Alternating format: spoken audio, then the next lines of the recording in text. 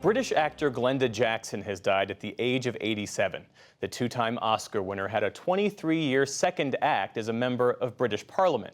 She later returned to the stage, winning a Tony in 2018 for her role in Three Tall Women. Jeffrey Brown sat down with Jackson that year to talk about both of her remarkable careers. As we mark her passing, here's a look back at that conversation. Rumble thy belly full! Spit fire! Spout rain! It was quite a return. After 23 years away from the theater, Glenda Jackson took to the stage of London's Old Vic in 2016 in Shakespeare's King Lear, playing Lear. I will say nothing. That's one of the endearing things about the theatre. I can put it into a kind of immediate context. You work with people, you may not see them for decades. You bump into them in the street, and it's as though you've just walked out of the same coffee bar. You know, there's no time gap. Now 82, Jackson is back on Broadway for the first time since 1988, starring with Laurie Metcalf and Alison Pill in Edward Albee's Three Tall Women.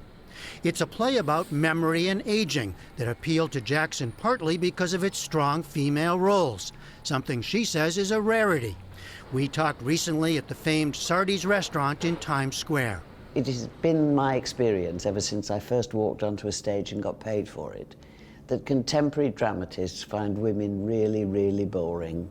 We are never, or hardly ever, the kind of dramatic engine of what they're writing. Why do you think that's been the case? You're a man, you tell me. Why do men, who are in the main still, the majority of contemporary dramatists find us so boring? They just don't seem to think that being a woman is either interesting or dramatic or challenging or dangerous or any of the things that any woman in the world knows our lives can and not infrequently are. And has this been a problem for you in your career in finding roles? Well, of course it's a problem. Yeah. I mean, and it's a problem that doesn't seem to have changed. That is bemusing to me because it hasn't shifted in all the years that I was in the theatre and now I'm back in it. It's hard to imagine anyone finding Glenda Jackson boring. Beginning in the 1960s, Jackson was a prominent presence on stage and screen on both sides of the Atlantic. I could never love you. She reached wide fame in the 1969 film Women in Love, for which she won her first Academy Award for Best Actress. Her performances, often playing strong, dynamic women, continued to win acclaim and awards, including 2 Emmys for the 1971 BBC series Elizabeth R. I am an absolute princess, which aired on public television's Masterpiece Theatre. She won a second Oscar for the 1973 film A Touch of Class. Mr. Speaker. But in 1988, Jackson, a longtime critic of the government of conservative British Prime Minister Margaret Thatcher, left acting for what would become a decades-long political career as a Labour Party member of the British Parliament. By far the most dramatic and heinous demonstration of Thatcherism was where every single shop doorway, every single night, became the bedroom, the living room, the bathroom for the homeless. When you left acting, was it because you had done enough or Good had heavens, enough? no. My country was being destroyed. Anything I could do that was legal to get Margaret Thatcher out and her government out, I was prepared to have a go at. Because everything I had been taught to regard as vices, she told me were virtues. Greed wasn't greed, it was a doughty independence. Selfishness wasn't selfishness, it was taking care of your immediate responsibilities.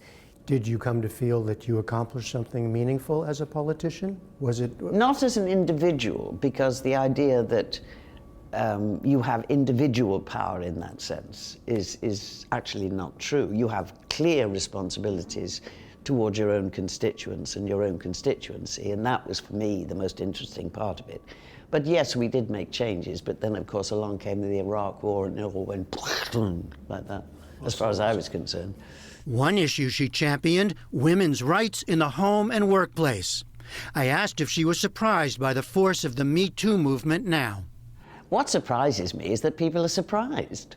I mean, in my country, for example, 2 women die every week at the hands of their partner, not infrequently male, usually invariably male, every week.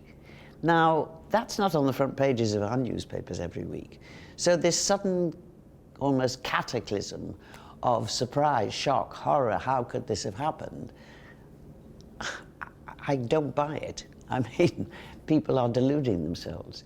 I mean, we fail to acknowledge it, we fail to really work to eradicate it, and it takes more than just being shocked to eradicate it.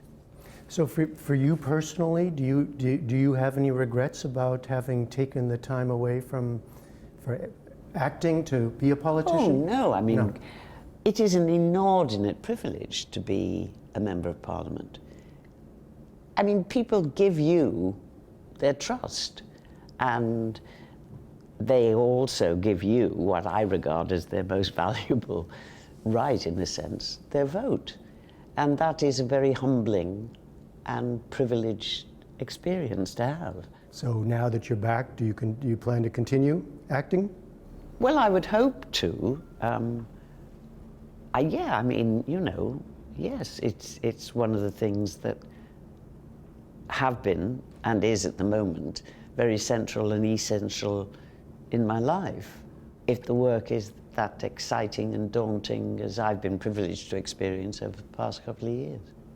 For the PBS NewsHour, I'm Jeffrey Brown on Broadway in New York.